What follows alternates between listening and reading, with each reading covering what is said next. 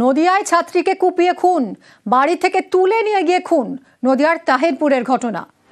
কিন্তু কেন এরকম একটা ঘটনা ঘটলো আরো জানবো। রঞ্জিত রয়েছে আমার সঙ্গে। রঞ্জিত, দেখো, এই ছাত্রীকে গত 6 মাস আগে থেকেই এই যুবক উত্ত্যক্ত করতে, এমনটাই পরিবারের অভিযোগ।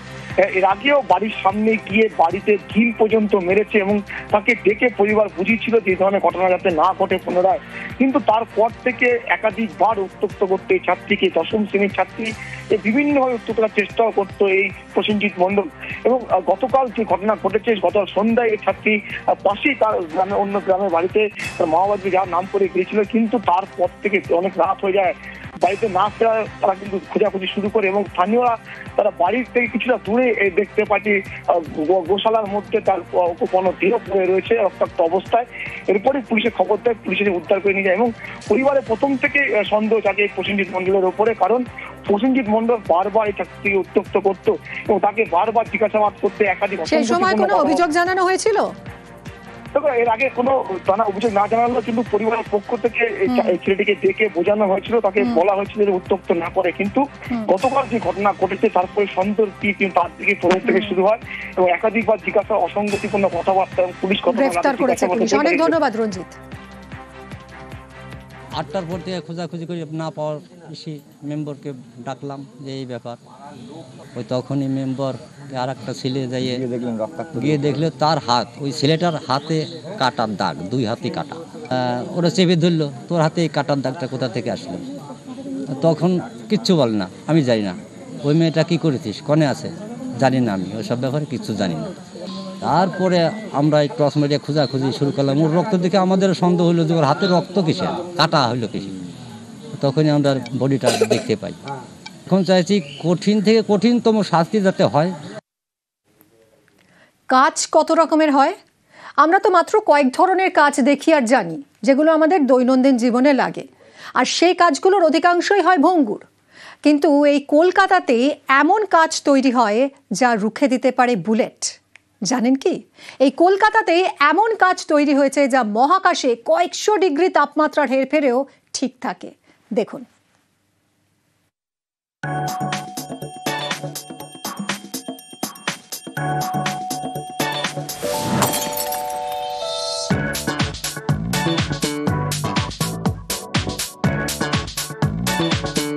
কলকাতার central glass and ceramic research institute স্বাধীনতার সময় থেকেই কাচ নিয়ে গবেষণার এক উৎকর্ষ কেন্দ্র।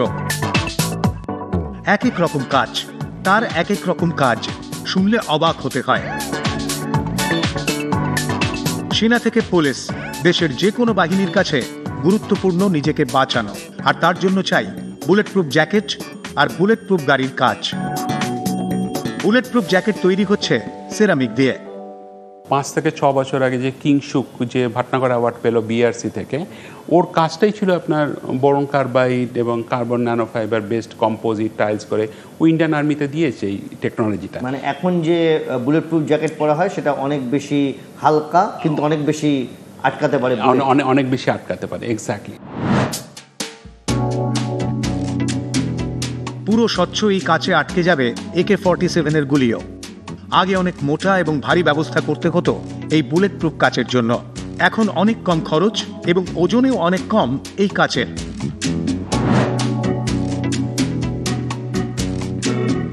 Optical glass. ইসরোর স্যাটেলাইটে মহাকাশের বিভিন্ন ছবি তোলার জন্য ক্যামেরা ব্যবহার হয়, সেই লেন্স তৈরি হয় এই কাচে।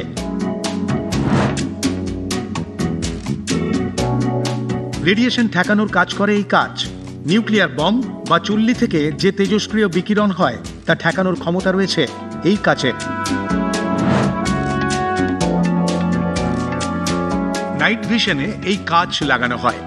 ট্রান্সপারেন্ট নয়, কিন্তু কোনো বস্তু এবং প্রাণীর শরীর থেকে উৎপাদিত তাপ ধরে ছবিতে ট্রান্সফার করেই অন্ধকারে বোঝার ব্যবস্থা থাকে যে নাইট ভিশনে, তাতে ব্যবহার হয় এই কাচ।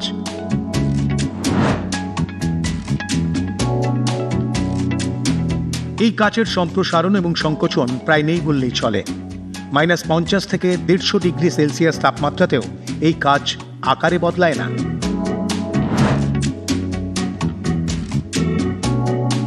আলট্রাভায়োলেট এবং ইনফ্রারেড ঠেকাতে পারে এই কাচ।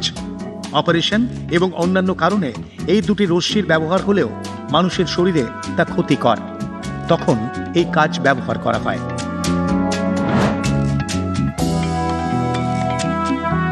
Laser guided missile. পৃথিবীর উন্নত দেশগুলি এমন কাচের মাধ্যমেই এমন মারণাস্ত্র তৈরি করেছে। ইসরোতে দেখুন সমস্ত জিনিস তো বাইরে থেকে নিয়ে আসে না, মানে এই যে স্পেস কোয়ালিটি অপটিক্যাল গ্লাস এগুলো সব বাইরে থেকে নিয়ে আসে। ফলে এই বিদেশ থেকে আনার ব্যাপারটাকে আমরা বন্ধ করার চেষ্টা করি, যাতে করে আমাদের দেশে এই প্রতিষ্ঠান থেকে আমরা প্রথমে এইটাকে একটা আমরা যেটা বলি technology readiness level, technology readiness লেভেলটা ধরুন 6-7-এ আমরা যদি নিয়ে যাই, তারপরে এবার ইসরো যদি স্যাটিসফাইড হয়, আমার ধরুন ডক্টর সোমানাথ, যে আপনি জানেন ভারত বিখ্যাত স্পেস সায়েন্টিস্ট, তার সোমানাথের সাথে আমার কথা হয়েছে আপনার ত্রিবান্দ্রামে। উনিও বলেছেন যে আপনাদের যে এইটা যদি সাকসেসফুল হয়ে গেছে, তো আমরা এখন এটা কোম্পানিকে দেবো, এবার কোম্পানি আমরা ওটাকে প্রডিউস করবে, আইদার কোম্পানিকে দেবে বা ডক্টর সোমনাথের উদ্দেশ্য ছিল যে আমাদের যে ফেসিলিটিকে একটা ন্যাশনাল ফেসিলিটি হিসেবে ডিক্লেয়ার করে, কারণ ওরা তো সেখানে যদি প্রোডাকশন করা হয়।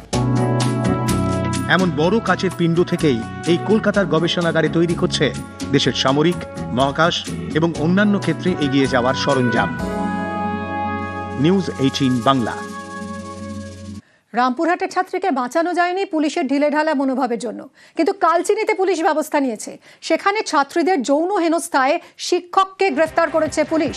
4 ছাত্রীকে যৌন হেনস্থার অভিযোগ, আর এই অভিযোগেই স্কুলের ভারপ্রাপ্ত প্রধান শিক্ষক গ্রেফতার। রাজকুমার রয়েছে সঙ্গে, আরো বিশদে জানাবে রাজকুমার।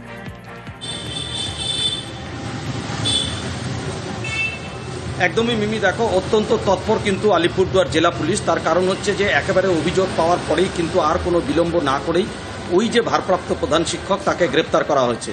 শুধু গ্রেপ্তারই করা হয়নি, গ্রেপ্তার করে তাকে আলিপুরদুয়ার যে স্পেশাল যে আদালত, পক্সোর যে আদালত, সেই আদালতে তোলা হয় এবং আদালতে কিন্তু ওই প্রধান শিক্ষকের যে আইনজীবী তিনি জামিনের আবেদন করেন, কিন্তু সরকারি আইনজীবী যারা রয়েছেন তারা এই জামিনের বিরোধিতা করে এবং জামিনের বিরোধিতা করায় কিন্তু এই যে শিক্ষককে 7 দিনের জেল হেফাজতে পাঠিয়েছে আদালত। যেটা অভিযোগ সেটা হচ্ছে যে এই 4 ছাত্রী ডেকে নিয়ে গিয়ে ওই ভারপ্রাপ্ত প্রধান শিক্ষক তার চেম্বারে নিয়ে গিয়ে কার্যত হেনস্থা করেছে এবং সে তখন কিন্তু শিক্ষক মদ্যপ অবস্থায় ছিল বলেও একটা অভিযোগ উঠেছে। যদিও এই শিক্ষকের পক্ষেও কিন্তু কিছু মানুষ বলছেন যে ষড়যন্ত্রের শিকার হচ্ছে যে 4 ছাত্রীকে যৌন হেনস্থা করা হয়েছে বলে অভিযোগ উঠেছে। আসলে সেই 4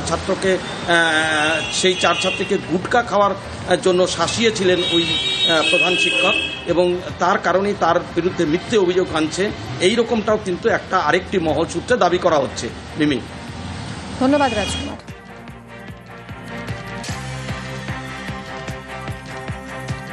বেসরকারি সংস্থার হয়ে সার্ভে বলে দাবি, বাড়ি বাড়ি গিয়ে প্রশ্ন, মোদি ভালো নাকি খারাপ, শাহ ভালো নাকি খারাপ, পঞ্চায়েত প্রধান কি কাজ করেন?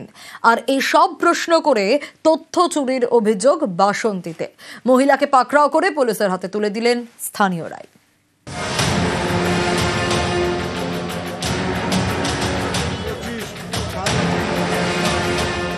বিহারের পর পশ্চিমবঙ্গে এসআইআর এর তোড়জোড় শুরু করেছে নির্বাচন কমিশন। এই আবহে দক্ষিণ 24 পরগনার বাসন্তীতে চাঞ্চল্যকর অভিযোগ। বাড়ি বাড়ি গিয়ে নানা ধরনের তথ্য সংগ্রহ করছিলেন সুজাতা সানা নামে এক মহিলা। অভিযোগ, এরপর ট্যাবের মাধ্যমে সেই ডেটাবেস এক বেসরকারি সংস্থার পোর্টালে আপলোডও করছিলেন। সন্দেহ হতেই পুলিশের হাতে তাকে তুলে দেন স্থানীয়রা। কিসের সার্ভে করছে আজকে? হ্যাঁ, বলুন কিসের?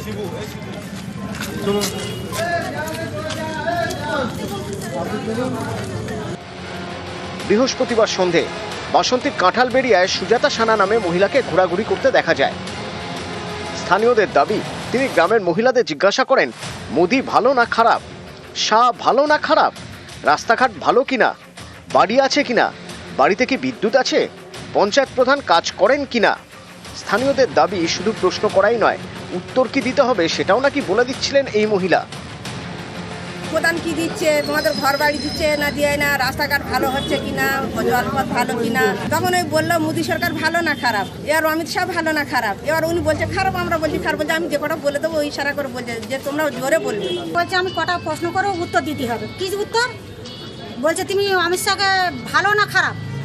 উনি বলছে খারাপ, ইশারা করে বলছে, তা আমরা বলছি বলো খারাপ, আমরা বলছি খারাপ। আরও নাম বলেছে, যেগুলো বলছে ভালো, উনি বলছে ভালো, বলে আমি চুপ করে বলছে তুমি জিমে যাচ্ছে। কি মনে হচ্ছে যে মহিলা কি প্রতারক? হ্যাঁ, প্রতারক। স্থানীয়দের অভিযোগ, আধার কার্ড সহ বিভিন্ন পরিচয়পত্র নিয়েও তথ্য জানতে চান ওই মহিলা, কিন্তু কি কারণে তিনি এই ডেটাবেস সংগ্রহ করছিলেন তা নিয়ে কোনো স্পষ্ট জবাব দিতে পারেননি বলে অভিযোগ। স্থানীয়দের দাবি, মহিলার কাছে কোনো সরকারি অনুমতিপত্রও ছিল না। তারা তরুণীকে পাকড়াও করে বাসন্তী থানার পুলিশের হাতে তুলে দেয়।